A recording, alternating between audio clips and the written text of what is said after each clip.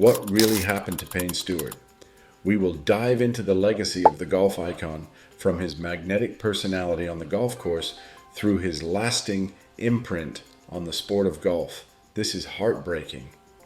Our team dug deep into the pages of the Washington Post, Golf Digest, and PGA Tour to reveal the truth of what happened to Payne. Come along with us as we revisit the tragedy that befell him that put an end to his illustrious golf career. How was his golf play before the PGA Tour? It was his father who got Payne Stewart started on the game of golf while he was growing up in Missouri. His father had the privilege of having played in the 1955 U.S. Open.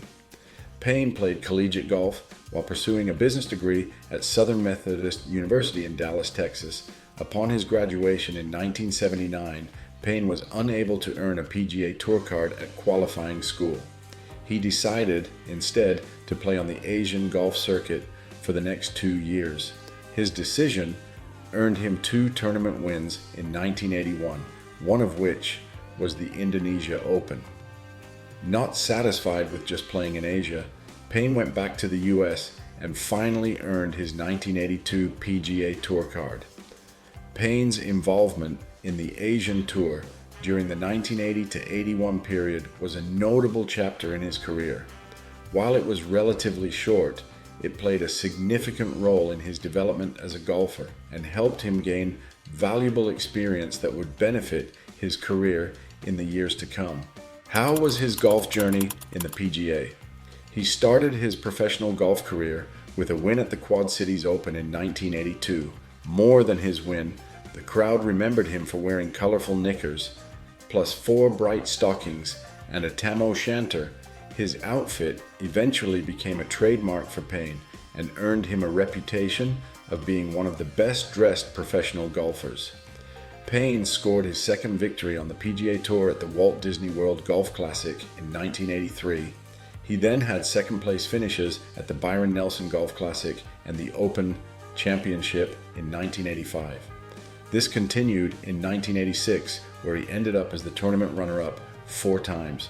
Payne's dry spell would end in 1987 when he won the Hertz Bay Hill Classic in Orlando, Florida.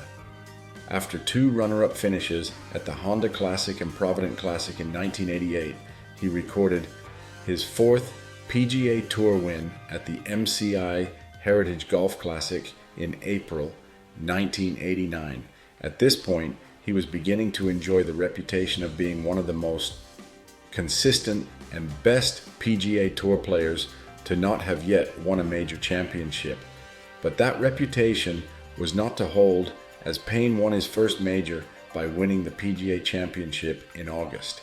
It was also in 1989 when Payne entered an endorsement deal with NFL, requiring him to dress up in the team colors of the NFL team closest to the location where he was playing, a deal that lasted until May 1995. Payne's next PGA victory was a consecutive MCI Heritage Golf Classic title in 1990, with the additional honor of being the first player to win back-to-back titles in the event. In May, he was the GTE Byron Nelson Golf Classic winner, and in that summer, Payne reached his peak of 3rd place at the official World Golf Ranking.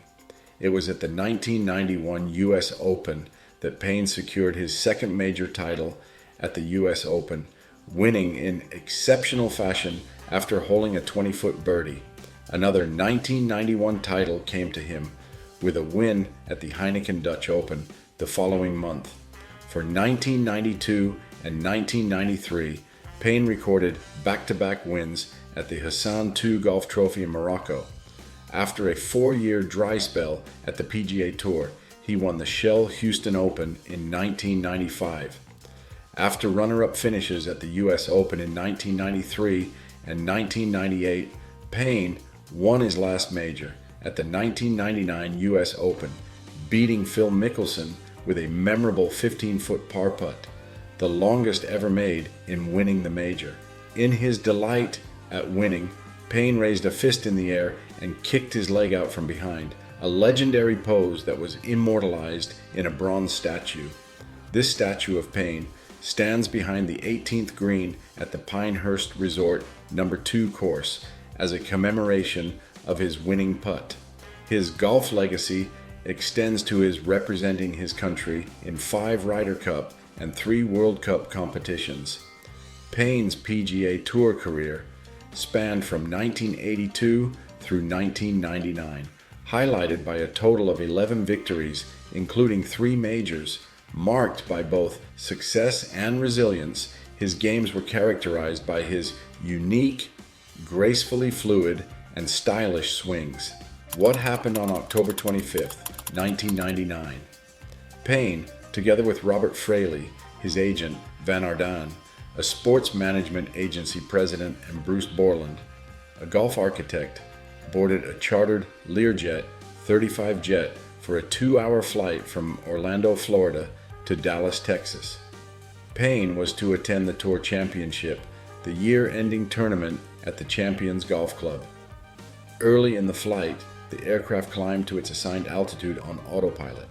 14 minutes after takeoff, air traffic controllers attempted to contact the plane, but their message went unacknowledged.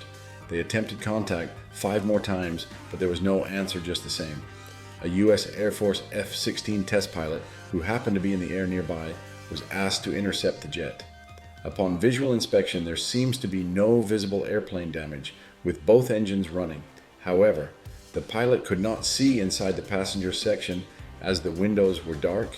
Meanwhile, the cockpit windshields appeared opaque, with the insides of the right windshield covered with condensation or ice, while the left windshield seemed to be thinly covered with the same. While this horrific scene was being broadcasted on television news networks, Air Force pilots were given the go signal to shoot down the jet should it drift to a densely populated location. Luckily, the plane eventually ran out of fuel and crashed in an empty field near Aberdeen. After a thorough investigation, it was concluded that the jet lost cabin pressure within minutes after takeoff due to an undetermined cause. It appears that the 2 pilots and 4 passengers immediately passed out due to lack of oxygen long before the crash. In tribute to Payne's demise, all the golfers in the 1999 Tour Championship, the tournament he was traveling for, wore +4s together with a Tam O'Shanter during the final round. Also, in the opening of the 2000 US Open, 21 of Payne's golf buddies simultaneously hit golf balls into the ocean at Pebble Beach, golf's answer to the military 21-gun salute. Tracy Stewart, his widow, published a biography and established the Payne Stewart Enterprises to celebrate the life of her husband. Partners to the enterprise include Payne's Valley Golf Course, Seymour Putters, Golf Links to the Past, Payne Stewart Golf Camps, Posse Films, USGA, Stephen Dinberg Photography, Southern Company, and Payne Stewart Collection. Each partner engages in activities that promote Payne's name and image. In 2000, the PGA Tour introduced the Payne Stewart Award, given to the PGA player who best symbolizes character, sportsmanship, and charity both on and off the course. In 2001, he was inducted into the World Golf Hall of Fame, and in 2009, the Payne Stewart Golf Club was established in Branson, Missouri. Payne's untimely death in 1999 had a profound impact on the golf community worldwide. It left an indelible mark on the golf community, reminding everyone of the fragility of life and the enduring legacy of a player who embodied the spirit of the sport. Payne remains to be a beloved figure in the field of professional golf, known for his distinctive attire and charismatic personality. Proceed to the next video for an in-depth look at the life of another golf icon.